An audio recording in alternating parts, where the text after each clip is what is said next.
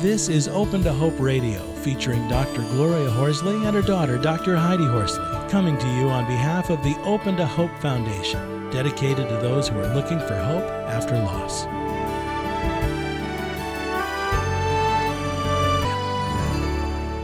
Welcome to the Open to Hope Show in partnership with the Compassionate Friends. I'm your host, Dr. Heidi Horsley, and I'm here with my co-host and mother, Dr. Gloria Horsley. Welcome to the show, Mom.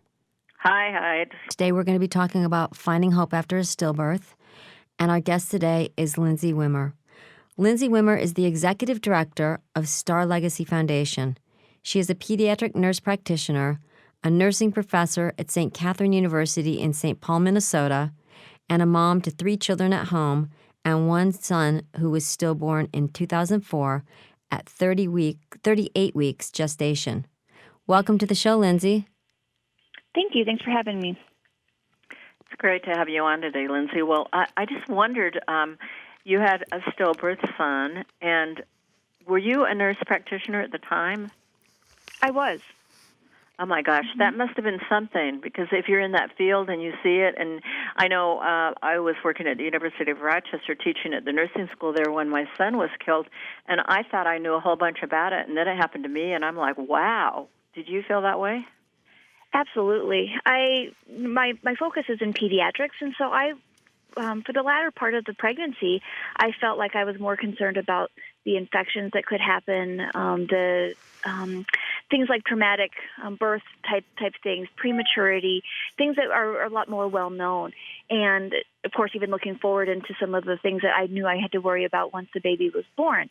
That this one really just kind of hit me out of the blue. I didn't realize the extent of the issue that there is, where healthy moms with healthy babies and healthy pregnancies could end in such a devastating way in today's day and age. And as a nurse practitioner, I was rather embarrassed for quite a while that I didn't know this and that I didn't realize how often it happened. But when I started getting into the research and looking a little bit more, I understood why that was. And it's because there is so very little awareness, research, education, and support for many of these families. So, Lindsey, how did your son die? It's expected to be a umbilical cord accident. All the other testing and everything else that was completed was completely normal. The only thing abnormal was that he had an extremely long umbilical cord that was wrapped around him in 7 different places, and in many places very, very tight. Did he die while you were delivering him, or did he die before that? He died before that. One night, my husband and I were sitting on the couch watching the news, and we were laughing because he was moving around like I had never felt before. It was the most crazy movement. And looking back now, I think it was not the cute movement that I thought it was at the time, but it was so abnormal. It definitely caught our attention, and we went to bed that evening, and I woke up a few hours later with just a sense of doom. I knew something was wrong, but I could not put my finger on it. I still didn't really even have any symptoms, and it took me a little while to recognize that I hadn't felt him move in a while, or certainly since I had been awake. And so my husband and I then went to the hospital to have things evaluated, and that's when we learned that his heart was no longer beating. Well, I think this is really good for a lot of our listeners out there, because here you are, a pediatric nurse. You know a lot about babies and, having a baby, et cetera. And yet you didn't 100% know. You didn't know what was going on, because I hear a lot of moms saying, I wish I had known, or I should have known. And the reality is it's hard to know these things, it sounds like, at the time. Absolutely. And that was one of the things that haunted me, and probably still haunts me today, is that I didn't know so much that I should have done. And the other thing that I hear from women over and over, and I experienced it myself, is not trusting our own instincts. Those maternal instincts start even before the baby is in our arms, and we don't necessarily give ourselves credit for that. We also, rely on the books and the information that we're giving, and that's all fantastic, but so much of it just comes from that intuition. And things like, if I had known that, baby being active in a way that was so unusual could be a problem, that who knows? I mean, I could probably play the what-if game all day, but it just makes you wonder. And I know certainly there are families that do have that abnormal abnormal symptoms or abnormal behavior on part of the baby, that is a signal to them that something is going on. The other thing that I remember too is that when I woke up and I knew something was wrong, but when I opened up all my books and I went through the checklist of, I didn't have a fever, I wasn't cramping, I wasn't bleeding, you go down the little checklist of things that says to call your doctor if, and I didn't have any of those. And so it took me a couple of hours to convince myself that it was worthy of calling the doctor, given my concern, even though it wasn't something on the list. And it came back to I felt silly, and I didn't want to bother my doctor at 2:00 in the morning for something that I hadn't been given permission to call about. And when I talk to obstetricians and midwives now, they all, their hearts just sink when they hear those kinds of things, because they say, I tell my patients to call me whenever. And I have to tell them, but that doesn't necessarily, our patients don't necessarily feel that empowered, or they don't trust themselves. And we need to have better conversations about that, because we don't value that intuition enough. Mm-hmm. I was thinking about the shame and guilt factor of losing a child. I have to tell you that I had a lot of shame and guilt. My son was killed in an automobile accident with someone else driving, but I still felt shame and guilt. I felt that I should have protected him, that I should have done something else. As you said, the what-if game. So I think that's probably a pretty normal part of the grieving process for anybody who's lost a child. So I wanted to ask you, how have you dealt with that, and what do you recommend to other people? Because I know a lot of people are feeling those kind of feelings. I think you're exactly right that that's a huge part, and I'm so terribly sorry for your loss. I can't imagine other than how it relates to my experience, but I know that for stillbirth mothers, it's a huge part of it, especially because it happens within inside of their body, and some of that. Mm-hmm. Some of that guilt even is expressed by other people. Just this last week or so, I've been working with a family, and when people heard about their story, the first comments were, "Well, what did you do wrong?" Mm-hmm. And that's really perpetuates a lot of that guilt and shame that really traumatizes these families additionally for a long time to come. For me, I think creating the awareness has been therapeutic for me, doing what I can to let other people know. It took a long time for me to accept myself that I didn't do anything to cause this.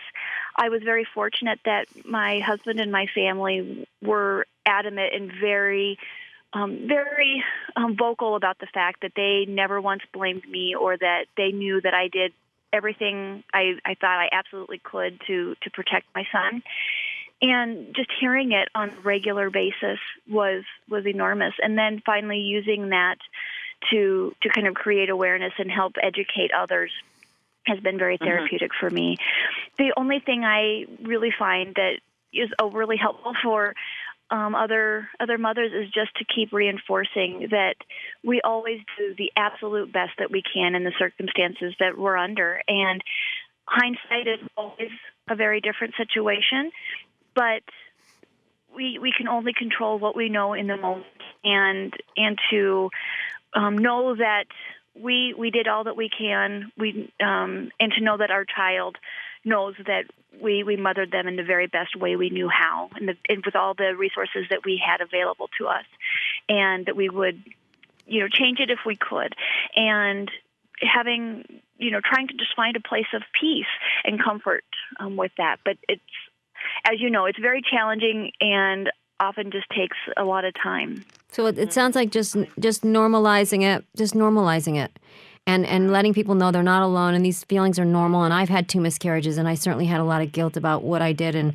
did I have too many Diet Cokes or whatever. You go through all these ridiculous questions, and like you said, at the end of the day, sometimes bad things happen to good people, and we never know the reasons. So these narratives of having other people that have been there, it sounds like are helpful. I I think so.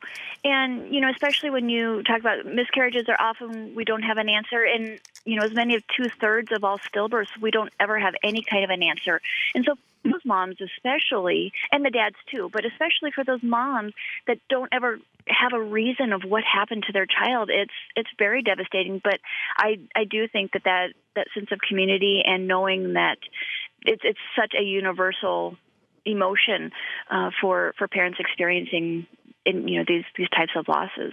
Mm-hmm. And normalizing it, because we all feel that way, and we've lost Absolutely. such a precious thing. Well, can you talk about your Star Legacy Foundation and why you started it and when? Because you have a fabulous website for Stillbirth. It's a beautiful site and such lot of information. It's really great. So many sites have information on stillbirth and that kind of thing, but you go on to talk about the first weeks and days and the first months after loss. You give such good information. Well, thank you. We really didn't start out to necessarily create an organization, so it still kind of cracks me up a little bit when I think back on this. But about 6 months after my son Garrett was stillborn, I came out of a little bit of a fog and decided that I wanted something more positive to come from this experience. And because I had, by that time, realized the lack of research around stillbirth and the education, and I'm involved in that, I knew I wanted to look into those areas primarily. I was fortunate in that I received very, very good support. I didn't want to replicate what was being happened there, but I really saw the need in this research and education area. And we initially started this by having a small fundraiser in our son's name and would donate the money to researchers who were doing very, very good work, but were kind of siloed all around the world and doing some of their individual pieces. Yeah, so you were able to go out and take action right away, which even after 6 months, which is a pretty short time, but you felt that need to do it in your setting, right? And you were able to do it because you were in that type of a setting. Right, and I had to say, we started very small. The first several years was just simply the fundraising events, and it grew many, many years later. I found comfort in that growth as years went by, because then I had energy and the strength in later years to do it a little bit more, but also I feel like I realize the therapeutic value in it for me. Certainly it's not a good approach for everyone, but it was for me, and I was blessed with many, many, many volunteers and others, including our board and our medical advisory team, and so many who kind of felt compelled to do some efforts in the same type of efforts. And so we now have a much larger team that I'm so grateful for, and they've really kind of helped it grow. That's pretty amazing. So have you actually stayed in the same area that you were in pediatric nurse? Yes. Yep. My work is still in pediatrics, but I've learned a lot more about obstetrics over the last 11 years for sure. Tell people how they can find your website, because, as I said, it's amazing and it's so complete. Mm-hmm. Yeah. It is www.starlegacyfoundation, all one word, .org. And, we're always welcome for suggestions. We try to be a source of information and education and support for people. And if there's something that you're looking for that you don't find there, please shoot us a note, because we love to try to help people connect with some of the experts in different areas, or try to help some of these families get answers if at all possible. So shoot us a note if there's anything we can do to try to help answer some of the questions you may have. Now, could you give a couple of pieces of advice to somebody who has had a stillbirth, and early advice, and then maybe a little advice for down the road? Sure. I think it's a little bit different for everyone, but I think finding some way to incorporate the child into your life has been very healing for a lot of people. I think with any type of child loss, one of parents' biggest fears is that their child will be forgotten. And so sometimes it's little things that we can do to help us know that our child is still with us. And sometimes it's big things. Sometimes it's wearing a piece of jewelry. Sometimes it's knowing a particular symbol makes you think of that child. Those kinds of things can be very powerful. And for stillbirth families in particular, because so many of them are still in childbearing ages and go on to have additional children, we have a lot of recommendations and things for the emotional care and the physical care of any of those subsequent pregnancies. And so certainly I would encourage people in that type of a situation to ask lots of questions and to reach out for support, because it is very different from pregnancies previous to loss. Recognizing that there's a fear that the child will be forgotten, so use the child's name, ask about them, let them tell their story if and when they're ready. And then, some of it is kind of what we tend to recognize as normal responses to grief support, as far as help them with what they can. If they're older children, offer to take them for ice cream to give the parents some time alone if they need to, or offer to make the meals, or, take the dog to the vet. Those menial tasks that don't seem like a big deal, but can be very overwhelming and very taxing on a family that's in the acute stages of grief.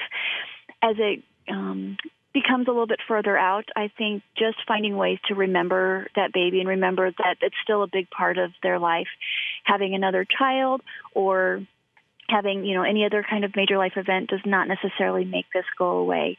And I think that's a good point, Lindsey, because, people, it's interesting because when people find out you've had a stillbirth or a miscarriage, they want to know if you have gone on to have other children, or how many children you have that are surviving. And it kind of minimizes the fact that you had a loss, I think, oftentimes. Absolutely. Absolutely. And I know many, many families, myself included, that 5 years later, when you see the school bus come through the neighborhood, you still get that little twinge because there should be another 5-year-old going off to kindergarten. Mm-hmm. And those types of milestones that you miss will continue for a long time to come. I heard a story once that was so touching about a father who was walking his surviving daughter down the aisle, and it got to him that the maid of honor was not his other daughter. And so these are emotions and memories that stick with us the rest of our lives. Dads really do have a very different experience with a lot of these forms of pregnancy loss. And so because so much of it is the physical things that are happening with the mother and having to deliver or having to, go through whatever kind of physical treatments are needed, so much of the attention is on mom. And while there's certainly an element that's appropriate, we can't forget the dads. And often the dads are the ones that get asked, well, how is mom doing? And a lot of times they just need someone to say, how are you doing? And that gets overlooked a lot. Sometimes, depending on the scenario, in these stillbirth or prematurity, early neonatal deaths, the dads are also fearful for mom's health, because sometimes, either as a cause or an effect, mom's health is in jeopardy. And so they are suddenly, facing the fear of losing both their child and their spouse or their partner. And that's very, very traumatic and very scary, and a very lonely feeling for them as well. In the immediate days, a lot of times dads will find more comfort in finding things to do. So sometimes we see them taking on the role of making funeral arrangements, or contacting funeral homes, or contacting family, doing some of the tasks that are appropriate.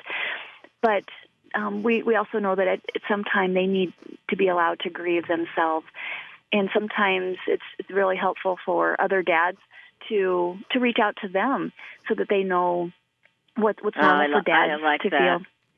Yeah. And to give them an outlet, because they feel so much responsibility for taking care of and supporting and protecting the mother that they don't take care of themselves as often. Yeah. Well, Lindsey, thank you so much for being on the show today. I mean, you are an amazing person, and what you've gone on to do is just great. Well, thank you so much. It was a pleasure to be here, and I appreciate what you are doing for awareness.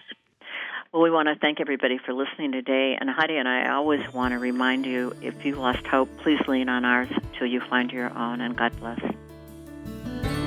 You've been listening to Open to Hope Radio hosted by Doctors Gloria and Heidi Horsley. Like today's edition, all of our past programs are available on demand at opentohope.com, along with helpful articles, videos, resources, and links to help get you through the toughest time of your life. You can also follow us on Facebook and Twitter and sign up for our monthly newsletter. Again, that's opentohope.com. Check it out today. Then be sure to stop by next Thursday at 9 a.m. Pacific Time when we'll be posting another edition of Open to Hope Radio. Remember, others have been where you are. They made it through, and you can too, as long as you're open to hope.